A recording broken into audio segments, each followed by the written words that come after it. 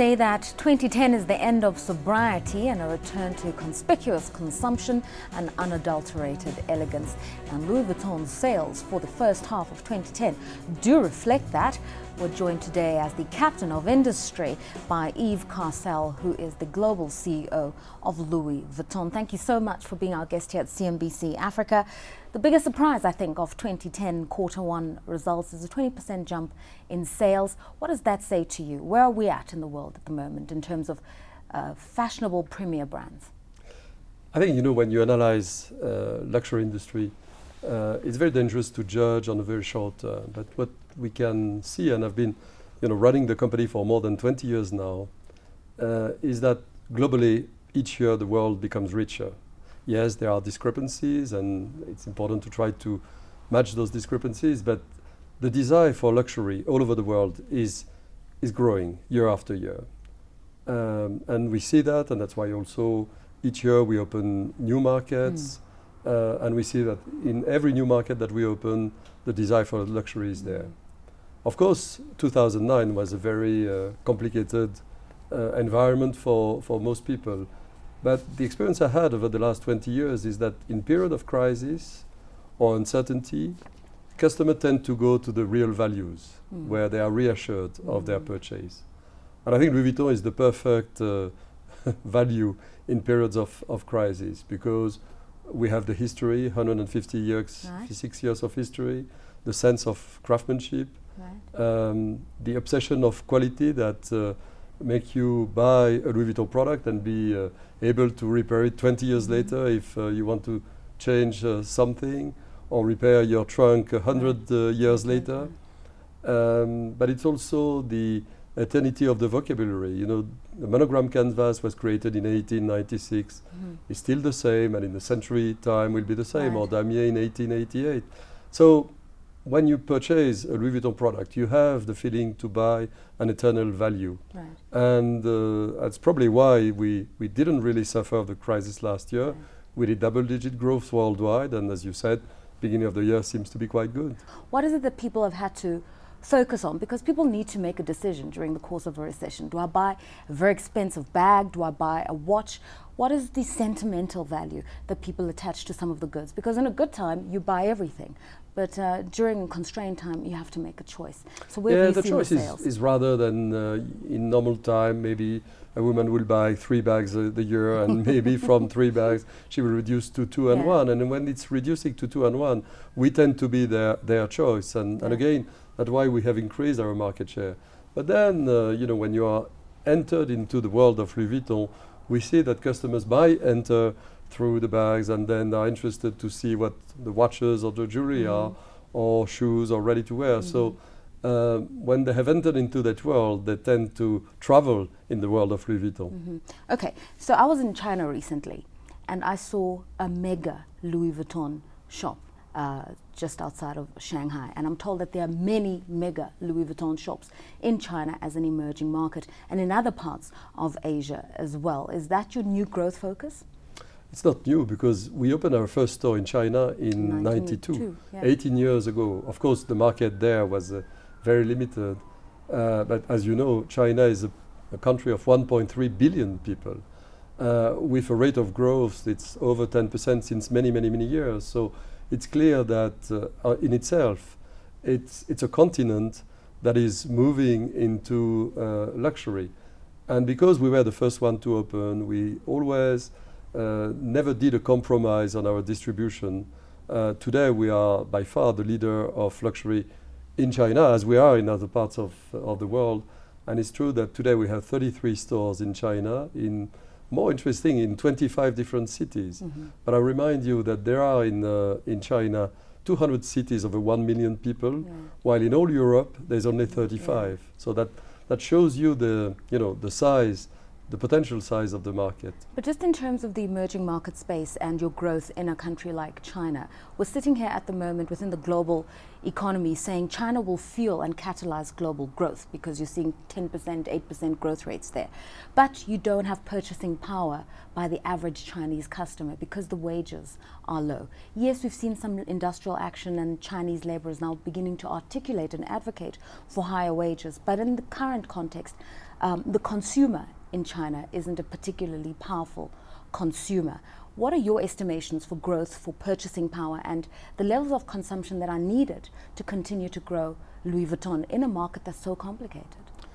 You know, most countries of the world, especially in emerging markets, are showing discrepancy between the richer and the less rich.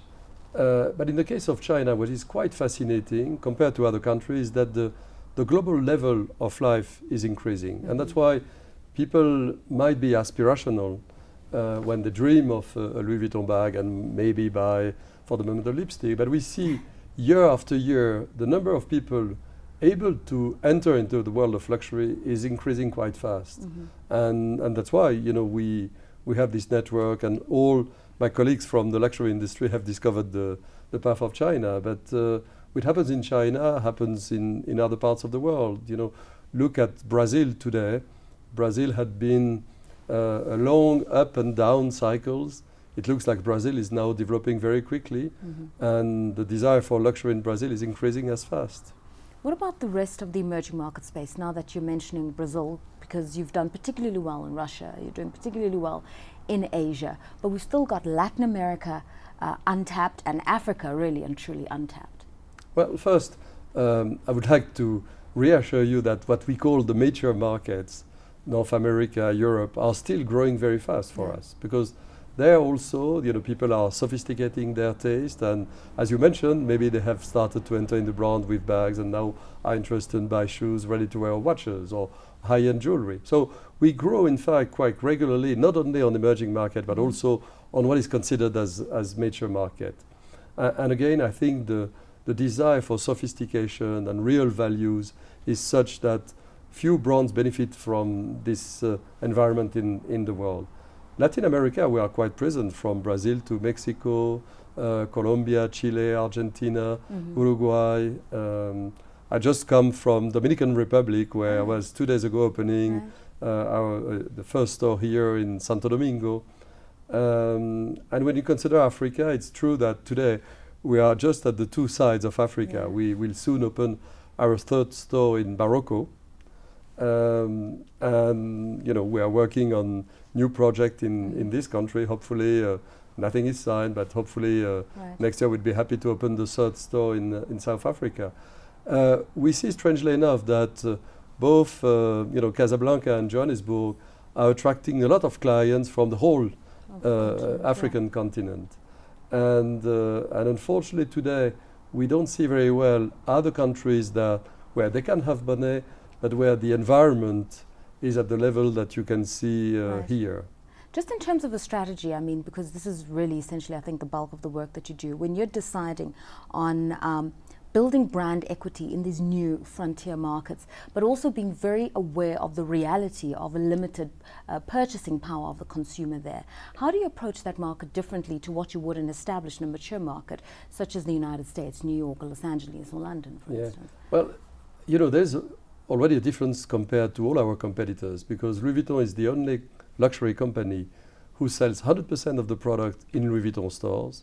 There is absolutely no license of perfume, sunglasses. All the products are sold only in Louis Vuitton stores. And today we have 452, the last one being Santo Domingo 2 days ago. And the other characteristic, which is very unique, is all the stores belong to us. So wherever you enter into a Louis Vuitton store in the world, you have Louis Vuitton staff trained by us. Many of our staff, in fact, do international careers and can move from one store to another, one country to another, and can develop their own career. And that makes us very unique. So whenever we arrive somewhere, it's our own investment, our own people, and that's why we are maybe more cautious. It's not appointing a franchisee. So yes, many of us travel in the country, look at the environment, look at what are the sophisticated restaurants and how people dress in the street. Can we guarantee the environment not only of our store but of the surroundings of the store? And you know, there is no, at the end of the day, mathematical formula. It's just a feeling that you have at one point, that the market is mature enough to invest and open. I'll tell you why I'm asking this question. Just looking at the trends of Louis Vuitton entering the Asian market over the last 2 decades, the question has always been that consumers, for instance, in Japan, they want the French savoir-faire and the traditional craftsmanship of Louis Vuitton, but they want something a little edgy, a little more 21st century. And so as you enter new markets, people want what the brand stands for in terms of its integrity and traditional values and craftsmanship and French savoir-faire, but they want something just a little bit offbeat, maybe a little bit African as you're coming into Africa. Are you prepared to innovate at that level, or is it too much of a compromise?